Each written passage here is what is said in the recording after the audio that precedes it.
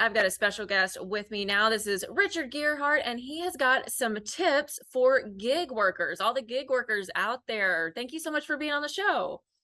Well, thank you, Sonora. And I love to talk about this topic because it's great right before the holidays when people are trying to earn extra money. So, gig working is definitely the way to go. And what I'm going to talk about here is 5 ways to keep yourself from getting screwed if you're a member of the gig economy.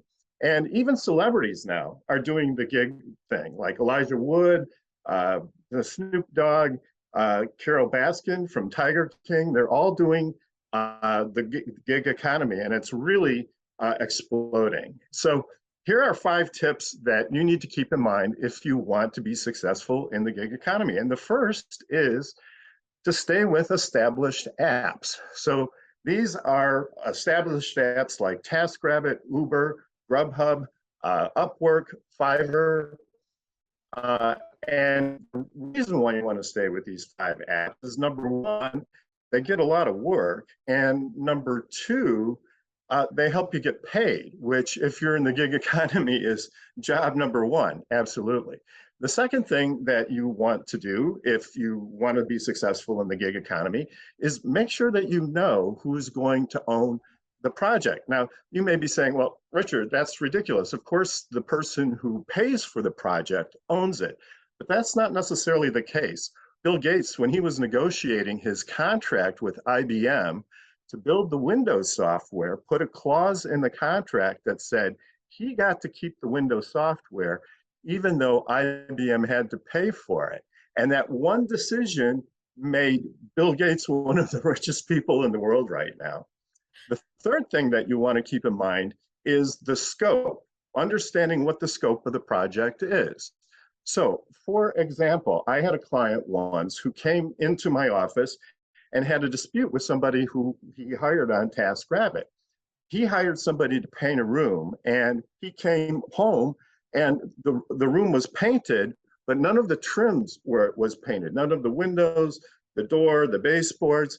The guy he hired thought that all he had to do was paint the walls. And when he said paint the room, he thought he was going to have the entire room painted. And naturally, they got into a little bit of a discussion about that. So understanding the scope and what you're supposed to do is really important. And so this in law is called a meeting of the minds. And so both parties understand what the job is to be done.